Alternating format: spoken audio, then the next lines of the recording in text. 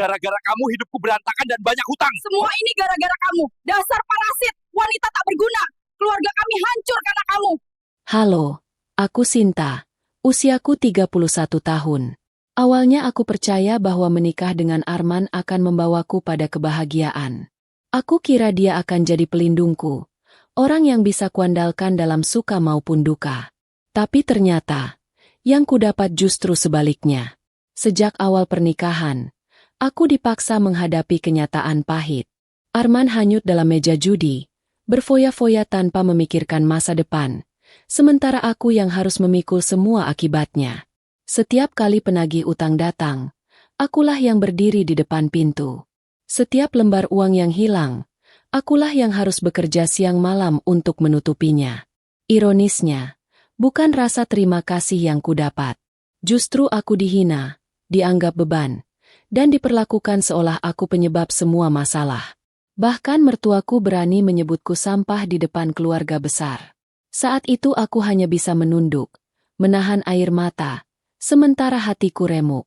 Inilah kisah tentang bagaimana seorang istri yang dianggap tak berguna justru menemukan kekuatannya di titik terendah. Bagaimana luka dan penghinaan bisa menjadi bahan bakar untuk berdiri kembali, bahkan lebih kuat dari sebelumnya. Kalau kalian penasaran bagaimana hidupku berubah, tetap ikuti ceritaku sampai akhir, karena setiap bagian dari kisah ini akan membuka mata kita bahwa tidak ada yang lebih berharga daripada harga diri dan keberanian untuk bangkit. Jangan lupa like dan subscribe. Bagi yang like dan subscribe, kami doakan semoga rezekinya lancar, dipermudah segala urusan dan dikabulkan segala hajat dunia akhirat. Amin. Halo, aku Sinta. Usiaku 31 tahun. Kalau dulu ada yang bertanya apa arti kebahagiaan untukku, jawabanku sederhana. Aku hanya ingin punya rumah tangga yang tenang, punya suami yang bisa melindungi dan menghargai. Itulah alasan kenapa aku dulu memilih Arman. Aku kira dialah lelaki yang bisa membuatku merasa aman.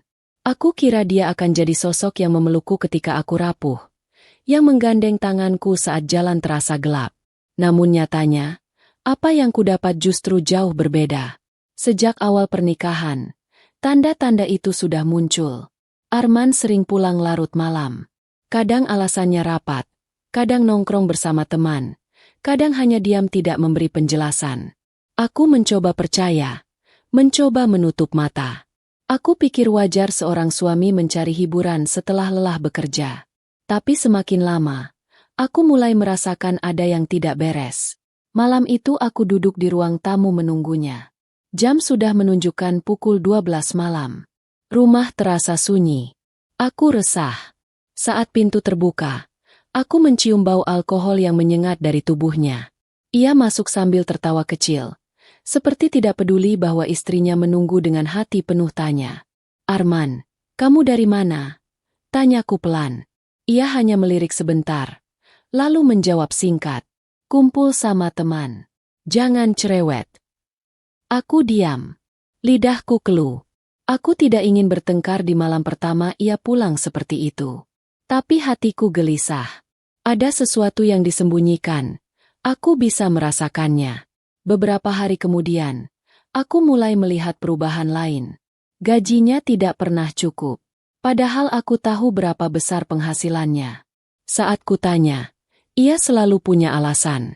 Ada cicilan, ada kebutuhan mendesak, ada teman yang perlu dibantu. Aku mencoba percaya, meski hatiku terus menolak. Hingga suatu malam aku menemukan kertas lusuh di saku celananya. Kertas itu berisi angka-angka besar. Aku tidak langsung paham, tapi ketika kubaca lebih teliti, ternyata itu adalah catatan taruhan judi. Dadaku seakan diremas. Tanganku bergetar. Aku duduk di lantai, menatap kertas itu lama sekali. Inikah alasan kenapa ia pulang larut? Inikah alasan kenapa gajinya hilang tanpa jejak? Ketika kutanya, ia tidak menampik. Justru tertawa. Seakan semua itu hal biasa. Hanya hiburan. Sin. Jangan terlalu serius. Aku menatap wajahnya dengan mata berkaca-kaca. Hiburan? Arman. Ini uang. Ini hidup kita. Bagaimana kalau terus begini? Ia menghela napas panjang, lalu duduk di sofa dengan malas. Kamu tidak akan mengerti. Semua laki-laki butuh hiburan. Malam itu aku menangis dalam diam. Aku baru benar-benar menyadari, pernikahanku bukan seperti yang kuharapkan. Bukan pelindung yang kudapat, melainkan beban yang harus kupikul sendiri. Hari-hari berikutnya menjadi ujian. Arman semakin sering pulang larut. Kadang tidak pulang sama sekali. Aku hanya bisa menunggu dengan hati yang semakin perih. Setiap kali kutanya, jawabannya selalu sama. Jangan ikut campur.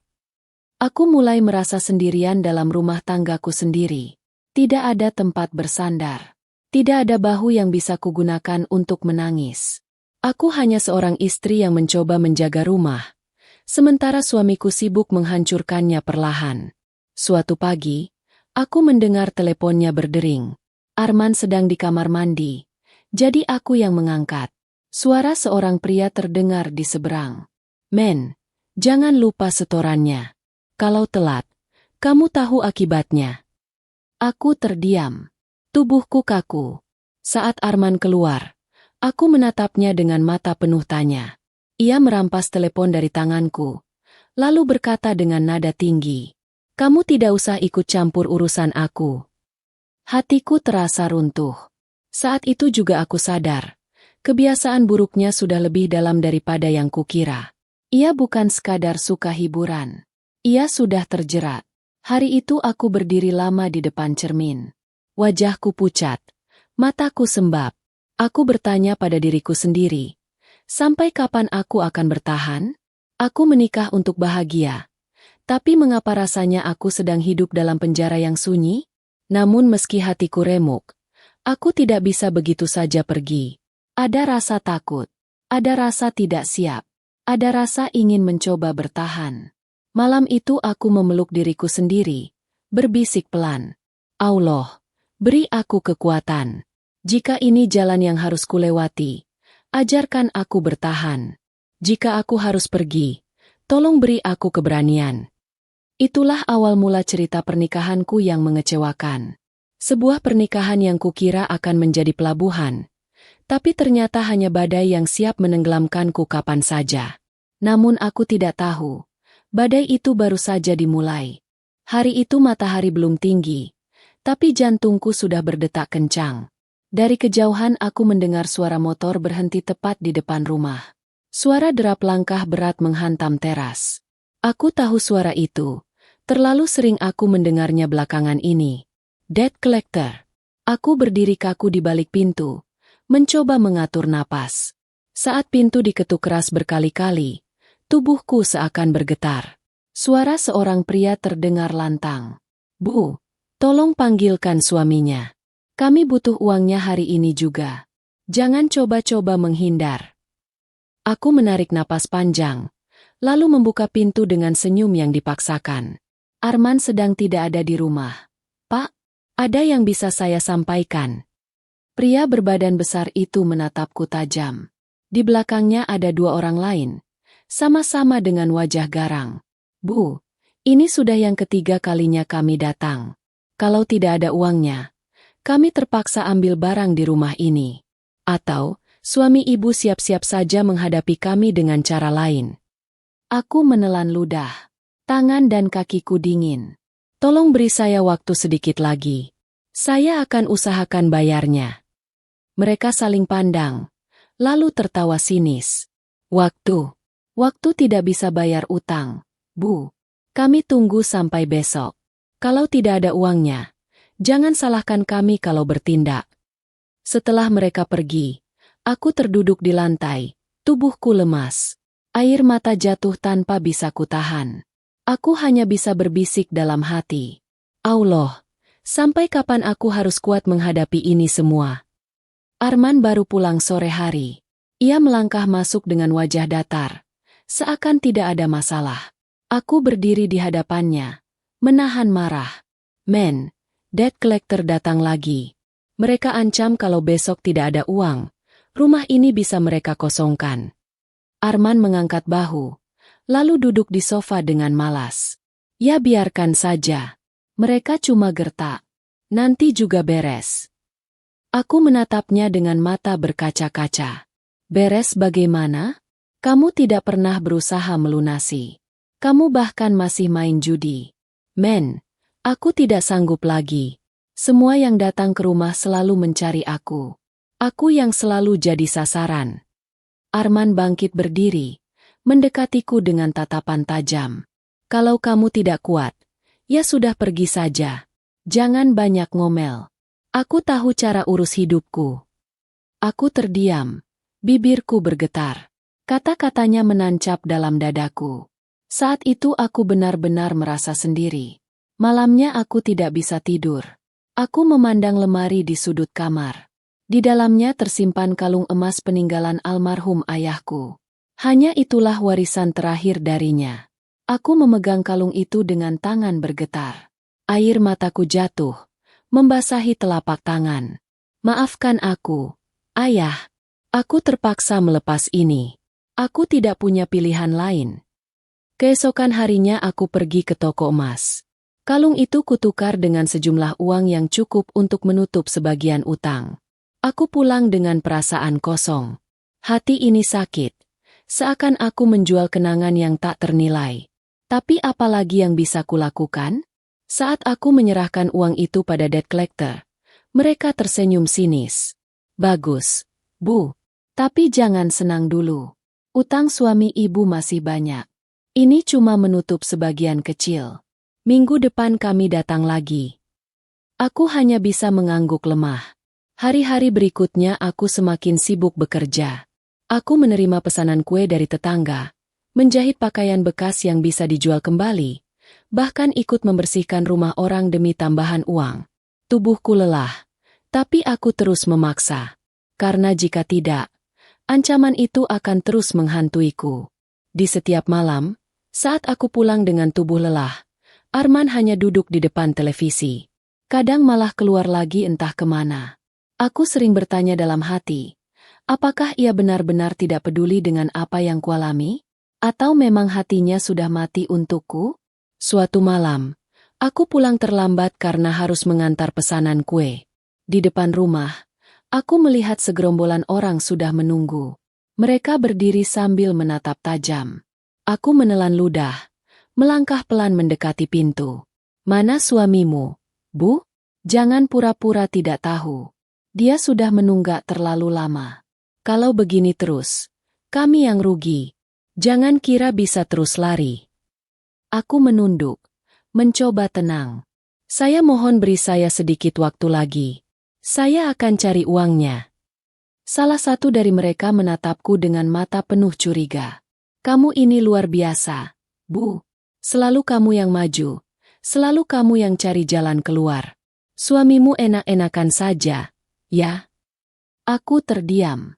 Aku tidak tahu harus menjawab apa.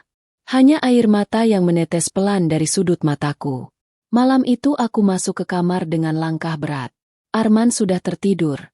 Wajahnya tenang tanpa beban. Aku berdiri menatapnya lama. Rasanya ingin berteriak, ingin membangunkannya, ingin menumpahkan semua yang kurasakan. Tapi suaraku terhenti di tenggorokan. Yang keluar hanyalah isak pelan yang hanya bisa kudengar sendiri. Hari-hari berlalu. Utang semakin menjerat. Satu demi satu barang berharga di rumah lenyap. Perhiasan, motor, bahkan perabot. Semua tergadai. Aku tidak pernah lagi punya ruang untuk bernapas. Hidupku dipenuhi rasa takut setiap kali mendengar suara motor berhenti di depan rumah. Aku sering duduk sendirian di pojok kamar, memeluk lutut, berbisik pelan. Allah, jangan biarkan aku jatuh. Aku ingin kuat, meski aku tahu aku sudah rapuh. Malam itu aku benar-benar merasa dunia menutup diri. Aku sadar, aku hanya seorang istri yang ditinggalkan sendirian untuk memikul semua dosa suaminya. Tapi meski aku ingin menyerah, ada sesuatu di dalam diriku yang berkata bahwa aku harus tetap berdiri. Bahwa meski aku terikat dalam jeratan utang, aku tidak boleh membiarkan diriku tenggelam. Karena jika aku tenggelam, maka tidak ada seorang pun yang akan menyelamatkanku. Aku hanya bisa bertanya dalam hati, sampai kapan semua ini akan berakhir? Apakah aku bisa keluar dari jeratan ini? Ataukah aku hanya akan terus menjadi korban? Dan itulah yang membuatku tidak bisa berhenti berpikir. Karena di balik semua tekanan ini, ada sesuatu yang perlahan mulai tumbuh. Sebuah perasaan yang kelak akan mengubah seluruh jalan hidupku. Namun saat itu, aku hanya tahu satu hal. Aku masih terjebak dalam utang yang menjerat, dan aku harus bertahan meski dengan sisa tenaga terakhir yang kumiliki.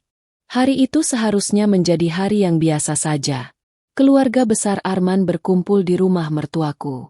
Alasannya sederhana, hanya silaturahmi rutin sekaligus membicarakan masalah warisan keluarga. Aku sudah terbiasa dengan acara seperti ini, meski setiap kali hadir, hatiku selalu merasa terasing. Aku duduk di kursi pojok ruang tamu.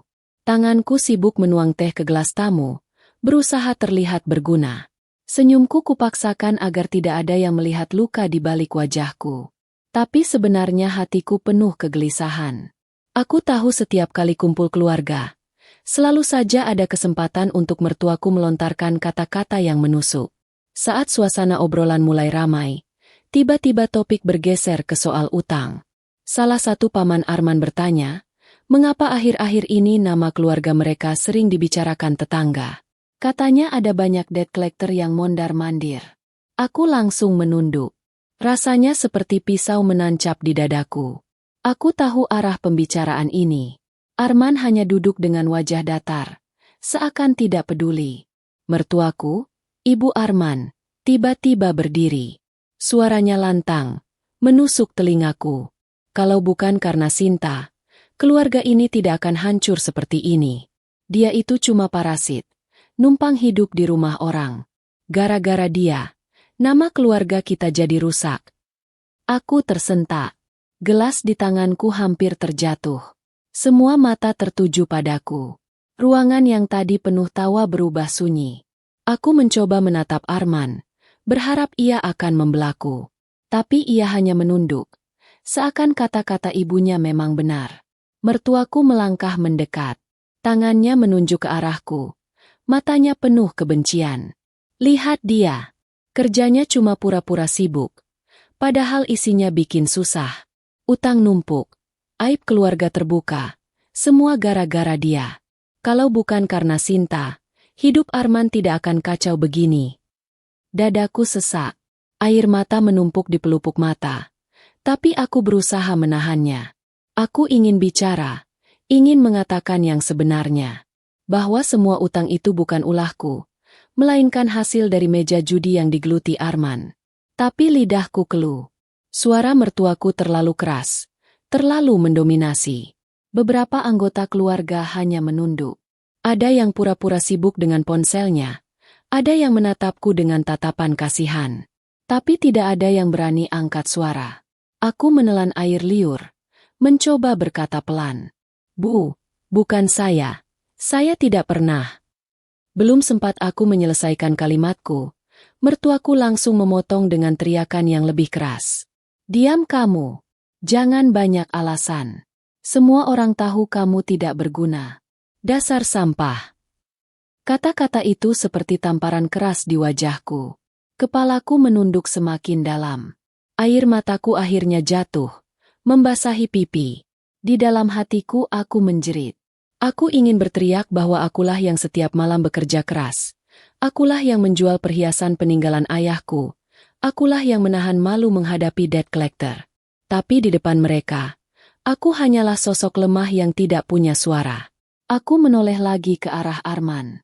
Ia hanya diam, bahkan tidak berusaha membelaku. Matanya tidak berani menatapku. Saat itu aku merasa benar-benar sendirian. Suasana ruangan makin panas. Mertuaku masih terus berbicara, kali ini dengan nada merendahkan. Anak saya ini sial menikah denganmu. Kalau tidak ada kamu, dia pasti bisa hidup lebih baik. Kamu itu racun dalam rumah tangga. Kalau bisa, seharusnya Arman cari istri lain yang lebih berguna. Kepalaku semakin tertunduk. Aku tidak sanggup menahan air mata yang terus mengalir. Setiap kalimat yang keluar dari mulutnya seperti pisau yang mengiris habis harga diriku. Aku tahu semua orang di ruangan itu sadar siapa yang sebenarnya bersalah. Mereka tahu Arman yang berjudi, Arman yang berhutang. Tapi entah mengapa, tidak ada satupun yang berani bicara. Semua memilih diam, membiarkanku dihina habis-habisan. Aku menggenggam rokok erat-erat, menahan perasaan yang campur aduk. Sakit, malu, marah, semuanya bercampur. Tapi di balik semua itu, ada sesuatu yang lain. Untuk pertama kalinya, di tengah penghinaan itu, aku merasakan percikan kecil dalam diriku. Percikan yang mengatakan bahwa aku tidak boleh selamanya menjadi sasaran.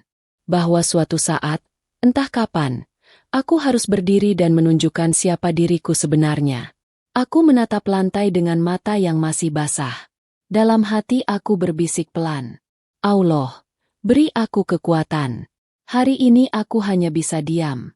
Tapi suatu saat, aku akan membuktikan bahwa aku bukan parasit, bukan sampah, bukan beban. Aku akan bangkit, dan mereka semua akan tahu. Ruangan masih riuh dengan suara mertuaku. Tapi aku tidak lagi mendengarnya dengan jelas. Yang kudengar hanyalah detak jantungku sendiri. Sebuah detak yang kini memulai sesuatu yang baru. Aku mungkin hancur hari ini. Tapi aku tahu, luka ini akan menjadi awal dari kekuatan yang selama ini tidak pernah kusadari. Dan di dalam hatiku, aku berjanji, luka dari mertua ini tidak akan selamanya menjadi aib. Luka ini kelak akan menjadi senjata. Senjata untuk membalikan semua penghinaan yang pernah mereka lontarkan padaku. Namun saat itu, aku hanya bisa duduk dengan kepala tertunduk, air mata mengalir deras, dan semua orang diam menyaksikan bagaimana harga diriku diinjak-injak di depan keluarga besar. Malam itu udara terasa begitu dingin, meski musim hujan belum datang. Jam dinding sudah menunjuk lewat tengah malam. Aku duduk di ujung ranjang dengan mata sembab, masih memikirkan kata-kata mertuaku siang tadi. Luka itu belum kering, tapi kini aku harus menghadapi hal yang lebih pahit. Pintu kamar dibanting keras. Arman masuk dengan langkah gontai. Wajahnya merah dan matanya setengah terpejam. Bau alkohol begitu kuat menempel di tubuhnya. Aku tahu ia baru pulang dari tempat judi. "Arman, kamu mabuk lagi?" Tanyaku pelan, mencoba menahan nada suaraku agar tidak terdengar marah. Ia tidak menjawab. Ia justru menatapku tajam, seakan aku musuhnya. Tangannya meraih koper dari lemari, lalu mulai memasukkan beberapa bajuku secara kasar. "Apa yang kamu lakukan?" Tanyaku panik. Ia tidak berhenti. Suaranya keras, nyaring menusuk telinga. "Kamu itu cuma beban, Sin. Hidupku hancur gara-gara kamu. Aku lebih baik tanpa kamu." Aku terpaku. Kata-katanya seperti kilat yang menyambar dadaku. Nafasku tercekat. "Arman, apa maksudmu? Aku yang selama ini..." Belum sempat aku menyelesaikan kalimatku, ia menarik koper itu dan melemparkannya ke lantai. Suara benturannya membuat tubuhku bergetar. Ia menatapku dengan dingin, tanpa sedikit pun rasa bersalah. "Keluar dari rumah ini sekarang juga." Aku melangkah mundur. Air mataku jatuh deras. "Arman, jangan begini. Aku istrimu. Aku sudah bertahan untukmu, menutup semua utangmu, menghadapi debt collector untukmu. Apa aku seburuk itu di matamu?" Arman mendengus kasar. Ia mendorong koper itu keluar kamar, lalu menarik tanganku. "Kamu pikir aku butuh semua itu? Tidak. Aku tidak butuh istri yang cuma bikin sial. Pergi, Sin. Pergi malam ini juga." Tubuhku terdorong hingga aku hampir terjatuh. Aku berdiri gemetar di ambang pintu. Tanganku berusaha menggenggam kusen agar tidak jatuh. Air mataku tidak lagi bisa kubendung. Dengan kasar, Arman menyeret koperku ke halaman. Suara koper bergesekan dengan lantai terdengar begitu memilukan. Aku berjalan perlahan di belakangnya. Langkahku goyah. Saat sampai di halaman, ia melempar koper itu ke tanah. Bunyi kerasnya membuat hatiku serasa ikut hancur. "Pergi. Aku tidak mau lihat wajahmu lagi," katanya lantang, lalu membanting pintu rumah. Aku berdiri di halaman dengan tubuh menggigil. Malam begitu gelap, hanya diterangi lampu jalan yang redup. Angin dingin menusuk tulang, membuatku kian lemah. Koperku tergeletak di tanah. Beberapa bajuku berhamburan. Aku menatap pintu rumah itu lama sekali, Berharap pintu akan terbuka lagi. Berharap Arman akan menyesal dan memanggilku masuk. Tapi tidak ada suara. Tidak ada tanda. Hanya sunyi yang semakin menyiksa. Aku berlutut. Meraih baju-bajuku yang berserakan. Tanganku gemetar. Air mataku membasahi kain-kain itu. Rasanya seperti mimpi buruk yang nyata. Aku diusir dari rumahku sendiri. Dari rumah yang selama ini kujaga dengan seluruh tenagaku. Aku mendongak ke langit malam. Allah, apakah aku sudah tidak layak dicintai? Apakah aku memang hanya beban? Suara tangisku pecah. Tapi tidak ada yang mendengar. Tidak ada yang peduli. Aku sendirian. Benar-benar sendirian. Aku duduk di samping koperku. Memeluk lututku.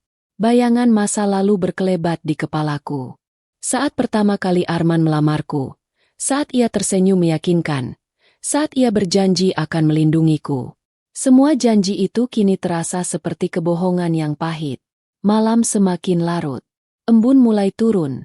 Membasahi rambut dan bajuku. Tubuhku menggigil kedinginan. Aku menatap jalan yang sunyi. Tidak tahu harus kemana. Tidak ada tempat yang bisa kutuju malam itu. Tapi meski air mataku terus mengalir, di dalam hati ada sesuatu yang berbisik.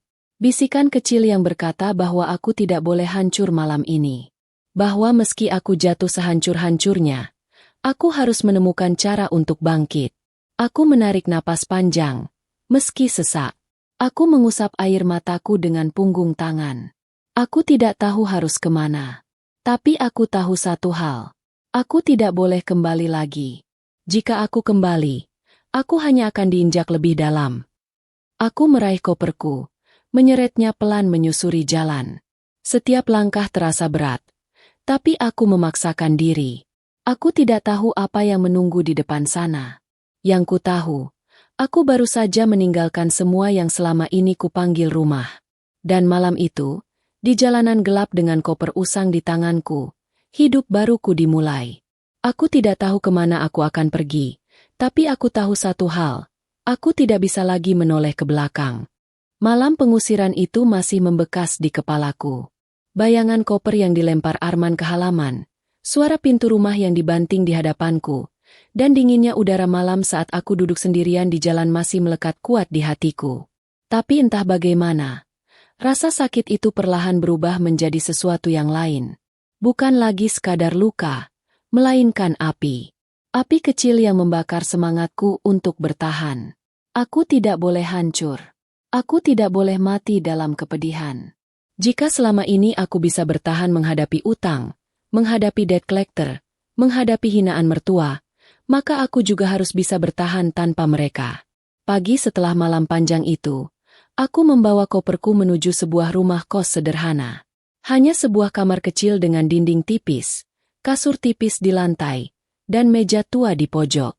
Tapi malam itu aku merasa lega. Tidak ada bentakan Arman. Tidak ada tatapan sinis mertua. Hanya ada aku dan keheningan. Beberapa hari kemudian, aku mulai mencari pekerjaan. Aku tidak bisa hanya duduk menunggu keajaiban. Aku harus bangkit. Dari seorang teman lama, aku mendapat kabar ada sebuah kafe kecil di pinggir jalan yang butuh karyawan tambahan. Aku melamar tanpa banyak berpikir. Hari pertama bekerja, aku berdiri di balik meja kasir dengan seragam sederhana. Tugas utamaku menerima pesanan, menyajikan kopi, dan membersihkan meja. Gajinya tidak seberapa, tapi setidaknya aku bisa bertahan hidup. Meski pekerjaannya melelahkan, aku mencoba menjalaninya dengan sepenuh hati. Aku belajar dari barista tentang bagaimana meracik kopi, belajar dari pemilik kafe tentang cara mengatur stok bahan. Setiap hari aku pulang dengan tubuh lelah, tapi ada kepuasan kecil dalam hatiku. Aku sedang memulai dari nol, tapi kali ini dengan kakiku sendiri. Namun, ada satu hal yang membuatku lebih bersemangat. Sejak dulu aku pandai membuat kue. Setiap kali ada acara keluarga, akulah yang selalu diminta membuat kue bolu atau donat. Saat aku bekerja di kafe, ide itu kembali muncul. Bagaimana kalau aku mencoba menjual kue buatanku sendiri? Suatu malam, aku mencoba membuat kue bolu coklat di kamar kosku yang kecil. Dengan peralatan seadanya, Aku memanggang menggunakan oven bekas yang kubeli dari pasar loak. Hasilnya mungkin tidak sempurna, tapi rasanya cukup enak. Aku membungkus beberapa potong dalam kotak kecil dan keesokan harinya kubawa ke kafe. Aku menawarkannya pada pemilik kafe, Pak Arif. Pak, bolehkah saya titip jual kue ini di sini? Kalau laku, uangnya untuk kafe juga bisa dibagi. Pak Arif mencicipinya sebentar, lalu tersenyum. Enak juga, Sinta. Boleh, taruh saja di etalase. Kita lihat nanti. Hari itu aku menunggu dengan degup jantung tak karuan. Dan ternyata, beberapa potong kueku habis terjual. Seorang pelanggan bahkan bertanya apakah aku menerima pesanan. Malamnya aku pulang dengan hati penuh semangat. Untuk pertama kalinya setelah sekian lama, aku merasa punya harapan. Hari-hari berikutnya, aku mulai serius membuat kue. Aku mencoba berbagai resep, dari brownies, bolu pandan, hingga donat. Aku memotret hasilnya dengan kamera ponsel seadanya, lalu mengunggahnya ke media sosial dengan nama akun sederhana, Kue Buatan Sinta. Awalnya hanya beberapa tetangga kos yang memesan. Tapi lama-kelamaan, pesanan mulai bertambah. Ada yang memesan untuk ulang tahun, ada yang ingin untuk arisan. Bahkan ada pelanggan kafe yang khusus datang hanya untuk membeli kueku.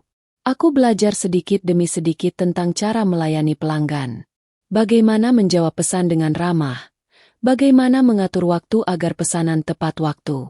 Aku belajar dari internet tentang cara memasarkan produk, tentang pentingnya foto yang menarik, tentang menjaga kualitas rasa.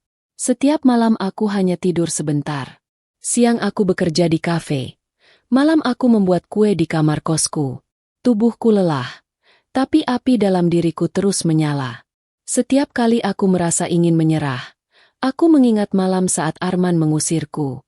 Kata-katanya yang menyebutku beban selalu menjadi cambuk. Aku ingin membuktikan bahwa aku bukan beban. Suatu malam, aku menerima pesan dari seorang pelanggan baru. Sinta, kuemu enak sekali.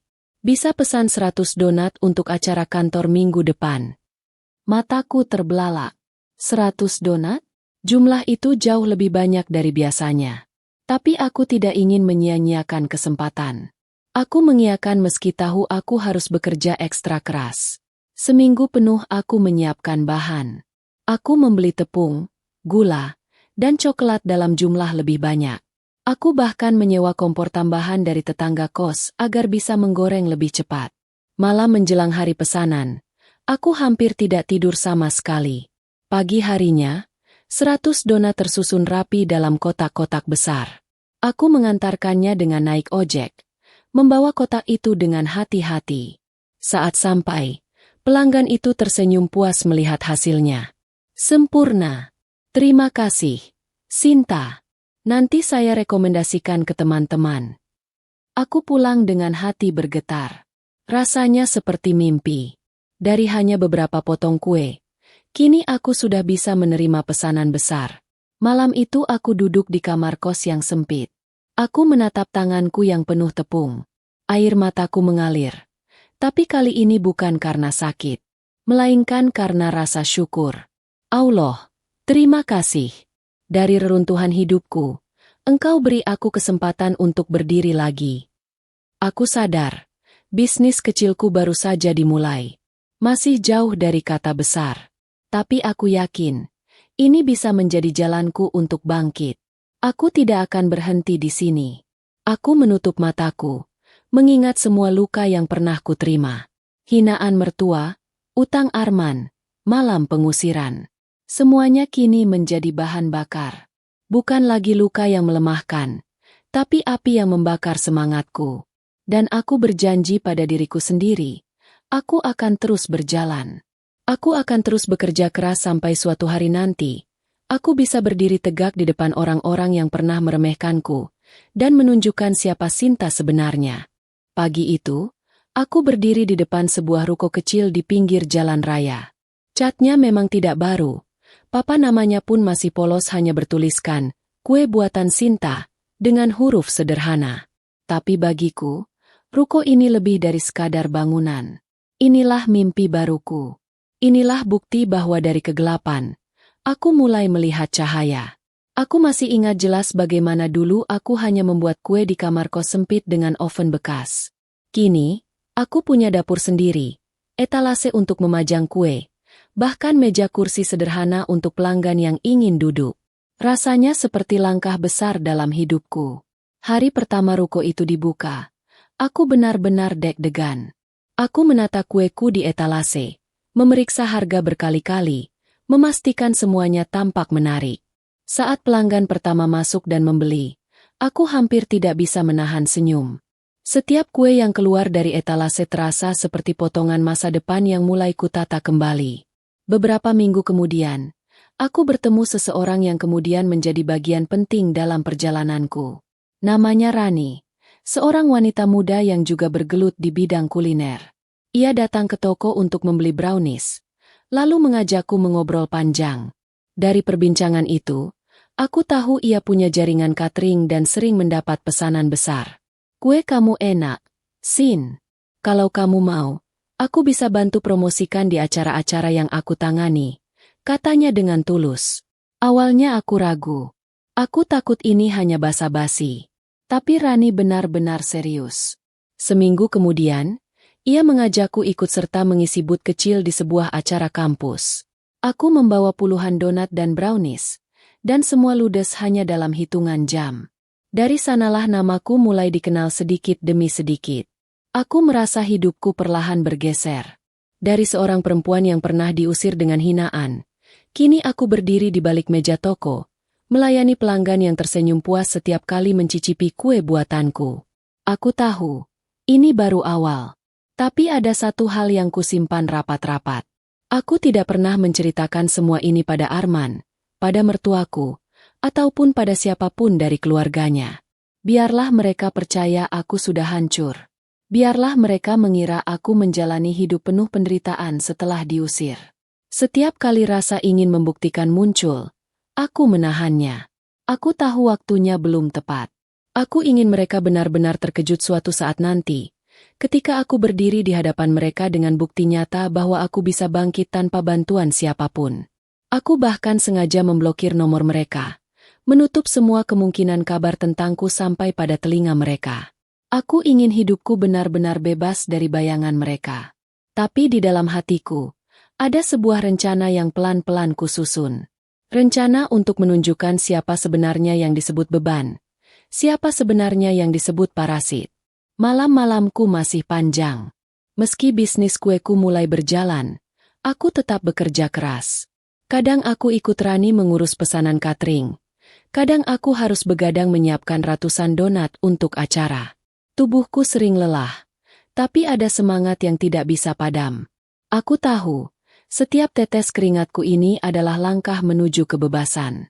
Suatu malam setelah semua pesanan selesai, aku duduk di depan toko yang sudah tutup. Lampu jalan menyinari wajahku yang penuh tepung. Aku memandang langit, lalu berbisik pelan. Allah, terima kasih. Dari kegelapan Engkau beri aku cahaya. Jangan biarkan aku lupa diri. Jangan biarkan aku lengah. Bimbing aku untuk terus berjalan. Di balik rasa syukur itu, aku masih menyimpan satu pertanyaan besar dalam hati. Mengapa aku masih memilih untuk merahasiakan semua ini dari Arman dan keluarganya? Jawabannya sederhana. Karena aku ingin mereka merasakan apa yang dulu kurasakan. Saat aku berdiri sendirian melawan dunia, mereka hanya menertawakan dan menghina.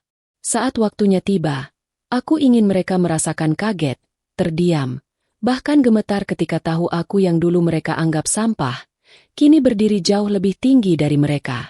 Aku tidak tahu kapan saat itu akan datang.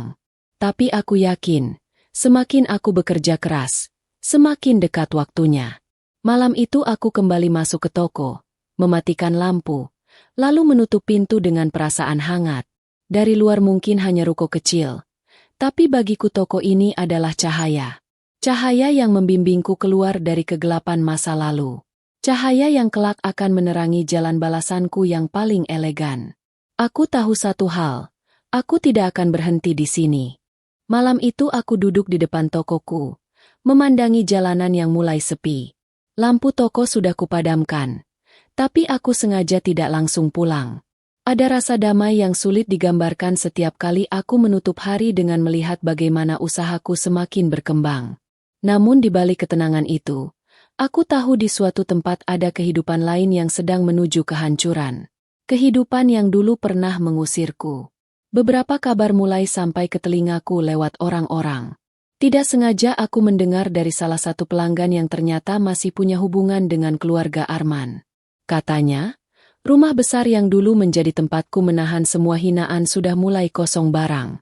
Satu demi satu perabot dijual. Mobil mewah yang dulu sering dibanggakan Arman sudah tidak ada di garasi.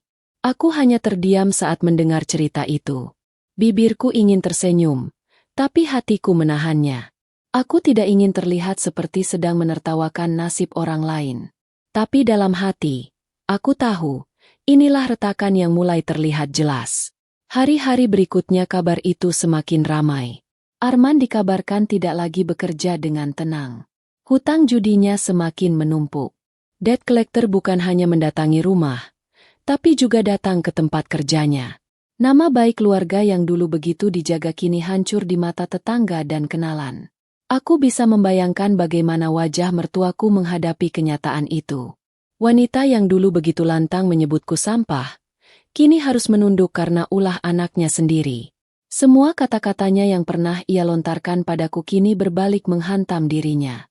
Aku mendengar cerita lain, kali ini dari seorang karyawan yang pernah bekerja di rumah mertua.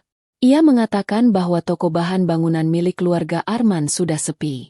Hutang ke supplier menumpuk. Tidak ada lagi arus uang masuk. Akhirnya mereka terpaksa menutup sebagian cabang dan menjual beberapa aset. Bayangan itu kembali berkelebat di kepalaku. Aku yang dulu berdiri di tengah ruangan dengan kepala tertunduk, menahan air mata saat mertuaku berteriak menyebutku beban. Kini, di ruangan yang sama, pasti terjadi pertengkaran. Pertengkaran antara Arman dan ibunya, saling menyalahkan, saling melempar kesalahan. Aku bisa mendengar suara itu hanya dengan membayangkannya. Men, ini semua salahmu. Kenapa kamu tidak bisa berhenti berjudi? Lihat apa yang terjadi sekarang. Kita bangkrut. Dan mungkin Arman akan membalas dengan teriakan yang sama kerasnya. Jangan salahkan aku saja, Bu. Kalau saja kalian tidak selalu menekan aku tidak akan mencari hiburan di luar. Kalian pikir aku kuat menanggung semua ini sendiri? Retakan itu semakin dalam. Hubungan keluarga yang dulu terlihat kuat ternyata rapuh. Dulu mereka kompak saat menghina dan mengusirku, tapi kini mereka sibuk saling menuding. Tidak ada lagi kebanggaan, tidak ada lagi kehormatan. Kadang aku duduk diam di toko, memikirkan semua ini. Aku tidak pernah mendoakan kehancuran mereka. Aku hanya pernah berdoa agar Allah menunjukkan kebenaran. Dan kini, tanpa aku berbuat apa-apa, kebenaran itu sedang terungkap dengan sendirinya. Di saat aku perlahan naik, mereka justru jatuh. Jalan hidup kami seperti garis yang berlawanan arah. Aku menatap cahaya yang semakin terang, sementara mereka tenggelam dalam gelap yang mereka buat sendiri. Namun meski begitu, aku tidak bisa memungkiri bahwa hatiku masih menyimpan luka. Luka karena dulu aku dijadikan kambing hitam, dipermalukan di depan keluarga besar. Luka itu membuatku tidak bisa begitu saja merasa iba. Yang kurasakan hanyalah rasa tenang, rasa lega bahwa akhirnya mereka tahu siapa sebenarnya penyebab kehancuran itu. Suatu malam aku menerima kabar lagi. Kali ini lebih mengejutkan. Rumah besar yang dulu kutinggali kabarnya akan digadaikan. Arman sudah tidak mampu membayar utang, sementara mertua tidak bisa lagi menutupinya. Mereka benar-benar di ujung kehancuran. Aku menatap langit malam, menghela napas panjang. Allah, aku tidak pernah meminta balasan sebesar ini. Tapi jika ini caramu menunjukkan kebenaran, aku akan menerimanya dengan hati lapang. Di dalam hatiku, aku tahu bahwa retakan ini belum puncaknya. Ini baru awal. Retakan itu akan terus membesar sampai akhirnya menghancurkan seluruh dinding yang mereka bangun dengan kesombongan dan kebohongan. Dan aku hanya akan menunggu. Menunggu saat yang tepat untuk kembali muncul, bukan sebagai korban, tapi sebagai seseorang yang berdiri lebih tinggi dari mereka. Retakan itu adalah tanda bahwa waktuku semakin dekat. Siang itu aku sedang berjalan di trotoar kota, menenteng 2 kantong besar berisi bahan kue. Tokoku baru saja menerima pesanan dalam jumlah besar, jadi aku harus belanja tambahan. Udara panas membuat keringat mengalir di pelipisku, tapi hati terasa ringan. Ada kepuasan tersendiri ketika tahu hasil kerja keras mulai membuahkan hasil. Aku melangkah melewati deretan ruko. Jalan cukup ramai. Suara klakson bercampur dengan obrolan orang-orang. Namun tiba-tiba langkahku terhenti. Dari seberang jalan, aku melihat kerumunan kecil. Ada suara teriakan keras yang membuat orang-orang menoleh. Aku memicingkan mata, mencoba melihat lebih jelas. Jantungku berdegup ketika aku mengenali sosok yang berdiri di tengah kerumunan itu. Arman. Tubuhnya tampak kusut, wajahnya pucat, kemejanya lusuh seolah sudah berhari-hari tidak diganti. Ia berdiri gelisah, dikerumuni 3 orang pria berbadan besar. Aku mengenali salah satunya. Dialah debt collector yang dulu sering datang ke rumah, yang wajahnya pernah begitu menakutkan bagiku. Aku tidak percaya dengan apa yang kulihat. Pria itu, yang dulu membuatku gemetar ketakutan, kini justru sedang menekan Arman di depan umum. Mana uangnya, men? Jangan banyak alasan lagi. Suara debt collector itu menggelegar. Arman mengangkat tangan, mencoba menenangkan. Tolong beri aku waktu lagi. Aku janji minggu depan beres. Tapi debt collector itu mendorong bahunya keras hingga Arman terhuyung. Minggu depan? Itu alasanmu dari bulan lalu. Kalau sekarang tidak ada, kami tidak akan tinggal diam. Orang-orang mulai berhenti untuk menonton. Beberapa berbisik-bisik, sebagian malah tersenyum sinis. Arman menunduk. Wajahnya memerah karena malu. Aku berdiri di seberang jalan, tubuhku kaku. Kantong belanja di tanganku terasa berat. Tapi aku tidak bisa bergerak. Pandanganku tak lepas dari pemandangan itu. Dulu, akulah yang berdiri di posisi Arman. Akulah yang berhadapan dengan mereka. Akulah yang menunduk menahan rasa takut. Akulah yang harus menahan malu di depan tetangga. Dan saat itu, Arman hanya duduk santai seolah tidak ada masalah. Sekarang situasi berbalik. Dialah yang dihadapkan pada rasa malu. Dialah yang menjadi tontonan. Dialah yang merasakan tekanan yang dulu kualami. Aku menggigit bibir, menahan rasa getir yang muncul di dadaku. Ada bagian dalam diriku yang ingin menolong, yang ingin menghentikan adegan memalukan itu. Tapi suara lain dalam hatiku lebih kuat. Tidak, Sinta. Biarkan ia merasakannya. Biarkan ia tahu bagaimana rasanya dipermalukan di depan umum. Aku berdiri di sana cukup lama, hanya menyaksikan. Dari jarak itu aku bisa melihat tubuh Arman gemetar. Ia mencoba berbicara, mencoba bernegosiasi, tapi setiap kalimatnya dipotong dengan bentakan keras. Kalau sekarang tidak ada, bersiaplah rumahmu kami segel. Jangan harap bisa lari lagi. Bentak salah satu debt collector. Orang-orang tertawa kecil. Ada yang menggelengkan kepala, ada yang mengabadikan dengan ponsel. Arman benar-benar menjadi tontonan. Tanpa sadar, bibirku melengkung membentuk senyum. Bukan senyum bahagia, tapi senyum dingin. Sebuah senyum yang lahir dari luka lama yang kini menemukan pembalasan. Aku menarik napas panjang, lalu berbalik melanjutkan langkahku. Aku tidak perlu ikut campur. Aku tidak perlu mengatakan apa-apa. Pemandangan tadi sudah cukup bagiku. Saat berjalan menjauh, aku masih bisa mendengar suara teriakan itu samar-samar. Tapi kali ini, suara itu tidak lagi menakutkanku. Justru menjadi musik yang membangunkan kembali semangat dalam hatiku. Aku tahu Arman tidak melihatku. Dan aku juga tidak berniat memperlihatkan diri. Biarlah ia mengira aku sudah hilang dari hidupnya. Biarlah ia merasa benar-benar sendirian. Tapi dalam hatiku aku berbisik. Arman, inilah rasanya. Inilah yang dulu kualami saat kamu membiarkanku berjuang sendirian. Bedanya, aku bisa bertahan. Sedangkan kamu, apakah kamu bisa? Aku melangkah dengan kepala tegak. Matahari terasa lebih hangat daripada sebelumnya. Aku tahu pertemuan tak terduga ini bukan kebetulan. Allah mempertemukanku dengan kenyataan ini agar aku semakin yakin bahwa aku tidak salah memilih jalan untuk meninggalkan masa laluku. Dan saat aku menoleh sekilas ke belakang, aku tidak lagi melihat seorang suami yang dulu kupercaya. Yang kulihat hanyalah seorang lelaki rapuh yang sedang hancur oleh perbuatannya sendiri. Hari itu aku melangkah masuk ke sebuah kantor notaris di pusat kota. Sepatu haku berderap pelan di lantai marmer yang dingin. Di tangan, kugenggam map coklat berisi dokumen penting yang sudah lama kusiapkan. Jantungku berdetak kencang, bukan karena gugup, tapi karena inilah saat yang kutunggu. Aku mengenakan setelan blazer hitam sederhana. Rambutku diikat rapi. Aku ingin terlihat tegas. Bukan lagi Sinta yang dulu tertunduk dengan mata penuh air mata. Hari ini, aku kembali. Ruangan sudah dipenuhi beberapa orang.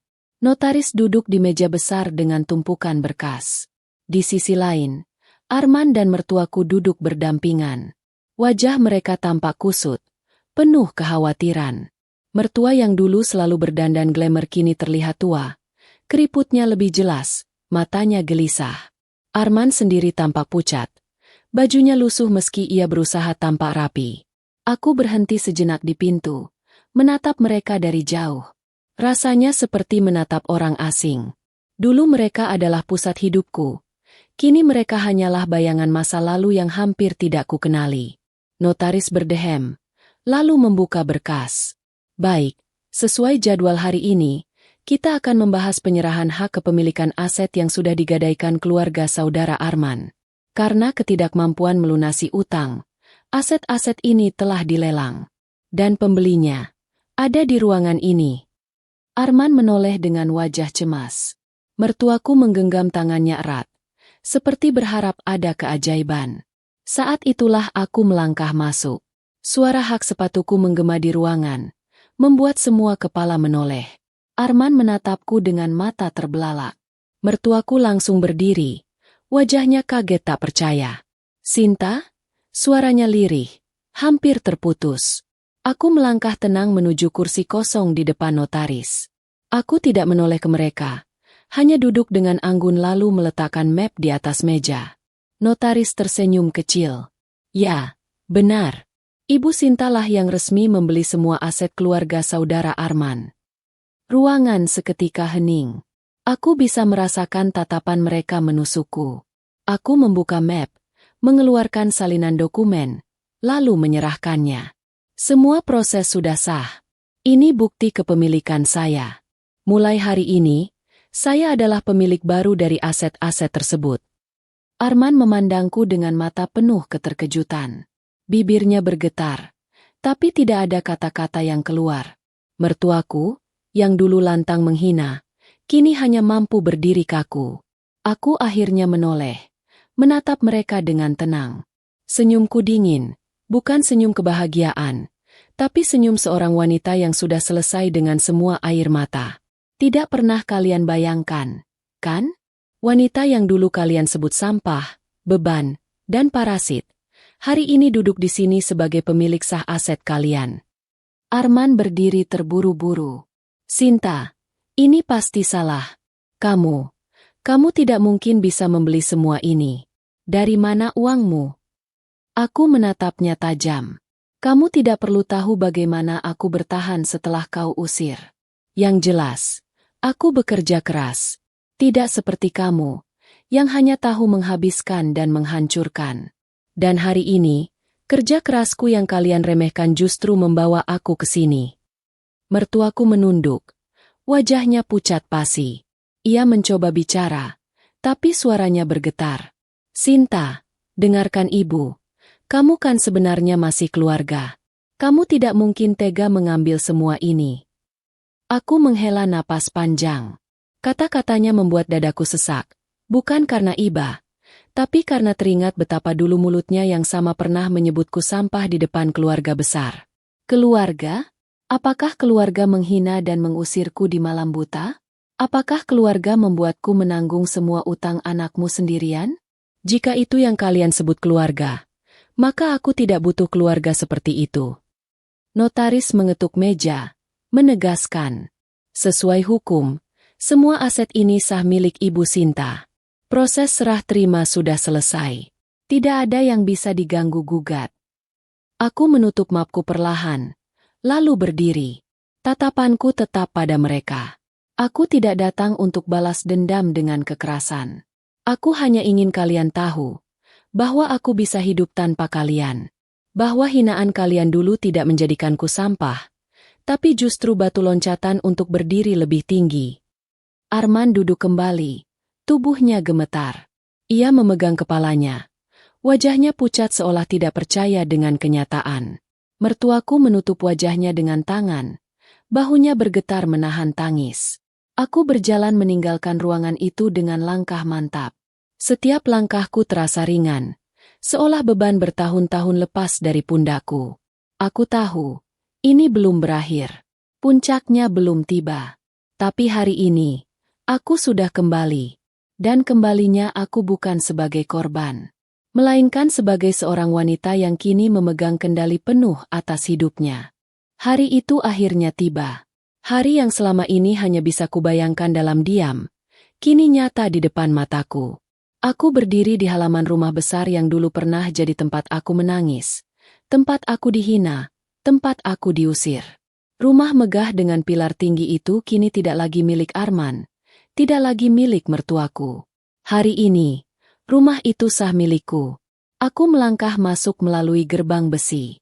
Suara kakiku beradu dengan lantai keramik yang pernah kubersihkan sambil menangis.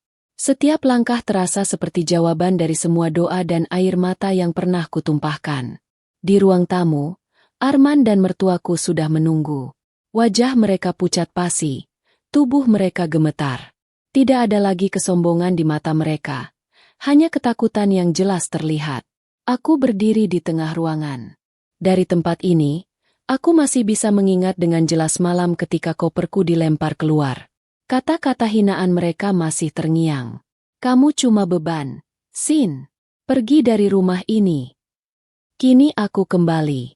Bukan sebagai istri yang dipermalukan. Bukan sebagai menantu yang dianggap sampah.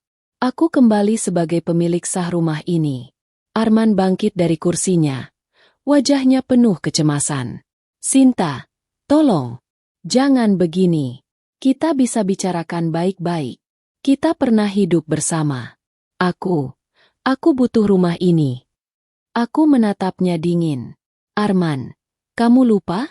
Kamu yang mengusirku. Kamu bilang aku beban. Kamu bilang hidupmu lebih baik tanpa aku. Lalu kenapa sekarang kamu memohon di rumah yang dulu pernah kamu usir aku darinya? Ia menunduk. Tidak bisa menjawab. Mertuaku berdiri. Tangannya bergetar saat menunjuk ke arahku. Sinta, kamu tidak boleh begini. Kamu itu dulu numpang di sini. Kamu tidak boleh membalikan keadaan dan mengusir kami. Kamu itu tidak berhak. Aku tersenyum tipis. Tidak berhak? Semua dokumen ada di tanganku. Rumah ini milikku sekarang. Aku membeli dengan hasil kerja kerasku. Bukan dari judi, bukan dari utang, bukan dari memanfaatkan orang lain. Jadi kalau ada yang tidak berhak, itu kalian. Kalianlah yang sekarang numpang di sini. Ruangan seketika hening. Kata-kataku menggema, menusuk ke hati mereka. Aku melangkah perlahan ke arah pintu, lalu berhenti dan menoleh. Aku sudah memaafkan, tapi aku tidak lupa. Dan aku tidak akan membiarkan orang-orang yang pernah merendahkanku kembali meracuni hidupku. Jadi mulai hari ini, kalian harus pergi. Aku tidak butuh parasit di hidupku lagi. Mata mertuaku membesar, bibirnya bergetar. Ia ingin marah, tapi suara itu tidak lagi keluar. Arman duduk terpuruk, tangannya menutup wajah, bahunya berguncang menahan rasa malu. Aku memberi isyarat pada petugas yang sudah berjaga di luar. Mereka masuk dengan tenang, lalu mendekati Arman dan ibunya. Silakan keluar. Barang-barang pribadi bisa dibawa. Rumah ini bukan lagi milik kalian. Aku berdiri tegak menyaksikan mereka berjalan keluar. Mertuaku menangis tertahan. Arman hanya menunduk tanpa daya. Di depan pintu, aku berhenti sebentar, lalu berkata lantang. Kalian pikir aku akan hancur saat kalian mengusirku? Kalian pikir aku akan kembali memohon. Tapi hari ini aku membuktikan bahwa yang kalian sebut sampah bisa berdiri lebih tinggi dari kalian. Mereka menatapku. Mata mereka kosong. Aku menutup pintu perlahan, membiarkan suara ketukan terakhir dari langkah mereka menghilang. Saat pintu tertutup, aku berdiri di tengah ruang tamu yang kini sunyi. Air mataku jatuh. Tapi kali ini bukan karena sakit, melainkan karena lega. Aku sudah melalui semuanya. Dari hinaan, dari pengusiran, dari kegelapan. Kini aku berdiri sebagai pemenang. Hari itu aku membalas semua luka, bukan dengan teriakan atau kekerasan, melainkan dengan elegansi. Aku membiarkan mereka tenggelam dalam kehancuran yang mereka buat sendiri. Dan aku, Sinta, akhirnya bebas.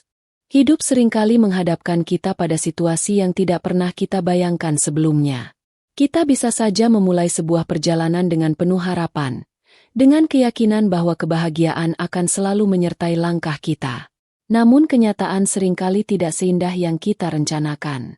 Kisah Sinta adalah cerminan dari banyak perjalanan manusia. Bagaimana seseorang bisa terjatuh begitu dalam, dihina, direndahkan, bahkan diusir dari tempat yang seharusnya ia panggil rumah. Tetapi pada akhirnya, justru dari luka dan kehancuran itulah lahir sebuah kekuatan baru yang tidak pernah ia sadari sebelumnya. Hikmah pertama yang bisa kita ambil dari cerita ini adalah tentang arti kesabaran. Sinta sejak awal berusaha bersabar. Ia sabar menghadapi suaminya yang berjudi, sabar menghadapi mertua yang selalu menghina, sabar ketika semua beban utang ditimpakan padanya. Kesabaran bukan berarti diam selamanya, bukan pula berarti menerima perlakuan buruk tanpa batas. Kesabaran adalah kekuatan untuk menahan diri agar tidak hancur, sambil menyiapkan langkah untuk bangkit. Kesabaran itu pula yang akhirnya menjadi pondasi bagi Sinta untuk meniti jalan baru dalam hidupnya. Hikmah kedua adalah tentang harga diri. Dalam cerita ini, kita bisa melihat bagaimana harga diri seorang manusia bisa diinjak-injak oleh orang lain. Sinta dipermalukan di depan keluarga besar, disebut parasit, dianggap sampah, bahkan diusir dengan hinaan. Tetapi meski tubuhnya lemah saat itu, harga dirinya tidak pernah benar-benar mati. Ada bara kecil dalam dirinya yang terus menyala. Bara itu yang akhirnya menjelma menjadi api besar, menggerakkan langkahnya untuk membangun hidup baru. Kita belajar bahwa harga diri adalah sesuatu yang harus kita jaga, meski orang lain mencoba menghancurkannya. Jangan pernah biarkan orang lain menentukan nilai diri kita. Nilai diri kita ditentukan oleh bagaimana kita berjuang, bagaimana kita bangkit, dan bagaimana kita mempertahankan martabat kita. Para penonton yang terkasih, dari kisah ini kita bisa belajar bahwa tidak ada satupun manusia yang benar-benar hancur jika ia masih memiliki harapan. Jangan pernah menyerah meski kita dijatuhkan, dihina, atau ditinggalkan. Karena pada akhirnya, kita sendirilah yang menentukan bagaimana kita akan berdiri kembali. Sinta adalah contoh bahwa seorang wanita yang dianggap lemah bisa berubah menjadi sosok yang begitu kuat, hanya karena ia tidak mau menyerah. Jangan pernah takut kehilangan. Kadang kehilangan adalah jalan untuk menemukan sesuatu yang lebih besar. Sinta kehilangan rumah, kehilangan suami, kehilangan penghargaan dari mertua. Tetapi justru dari kehilangan itu ia menemukan dirinya sendiri. Ia menemukan kekuatan yang tidak pernah ia bayangkan ada dalam dirinya. Jangan pernah takut memulai dari nol. Nol bukan berarti gagal. Nol adalah kesempatan untuk memulai dengan cara yang lebih baik, dengan langkah yang lebih matang, dengan tekad yang lebih kuat. Dari nol, Sinta membangun bisnisnya. Dari nol, ia menata hidupnya. Dan dari nol, ia berhasil berdiri lebih tinggi dari orang-orang yang pernah meremehkannya. Jangan pernah takut dengan hinaan. Hinaan orang lain tidak bisa menjatuhkan kita, kecuali kita sendiri yang membiarkan hinaan itu menghancurkan. Hinaan justru bisa menjadi bahan bakar untuk membuktikan bahwa kita mampu. Seperti bara kecil yang membakar semangat dalam diri Sinta, hinaan bisa menjadi cambuk untuk terus melangkah lebih jauh. Dan yang paling penting, jangan pernah melupakan peran Allah dalam setiap langkah kita. Tidak ada keberhasilan tanpa izinnya. Tidak ada jalan keluar tanpa pertolongannya. Jika kita bersabar, Jika kita berusaha, jika kita tetap berpegang pada nilai-nilai kebaikan, maka pintu akan terbuka pada saatnya. Kisah ini adalah kisah fiktif yang dibuat untuk hiburan semata dan untuk diambil hikmahnya. Meski tokoh-tokohnya tidak nyata, pelajaran yang terkandung di dalamnya bisa kita terapkan dalam kehidupan kita sehari-hari. Karena sesungguhnya, banyak dari kita yang pernah berada di posisi seperti Sinta, atau setidaknya pernah merasakan bagian kecil dari perjalanan yang ia lalui. Terima kasih kepada semua penonton yang sudah setia mengikuti cerita ini sampai akhir. Semoga kisah ini bisa menjadi pengingat bahwa kita semua memiliki kekuatan untuk bangkit, tidak peduli seberapa dalam kita jatuh. Semoga kisah ini bisa memberi semangat kepada siapapun yang sedang diuji oleh kehidupan, bahwa masih ada harapan, masih ada cahaya di balik kegelapan. Jika kalian menyukai cerita ini, jangan lupa untuk menuliskan pendapat kalian di kolom komentar. Ceritakan bagian mana yang paling menyentuh hati kalian, atau pengalaman apa yang membuat kalian merasa dekat dengan kisah Sinta. Kami sangat menghargai setiap komentar yang kalian tinggalkan, karena dari situlah kami bisa terus menghadirkan kisah-kisah baru yang penuh makna. Jangan lupa juga untuk like dan subscribe agar kalian tidak ketinggalan cerita berikutnya. Bagi yang like dan subscribe, kami doakan semoga rezekinya lancar, dipermudah segala urusan, dan dikabulkan segala hajat dunia akhirat. Amin.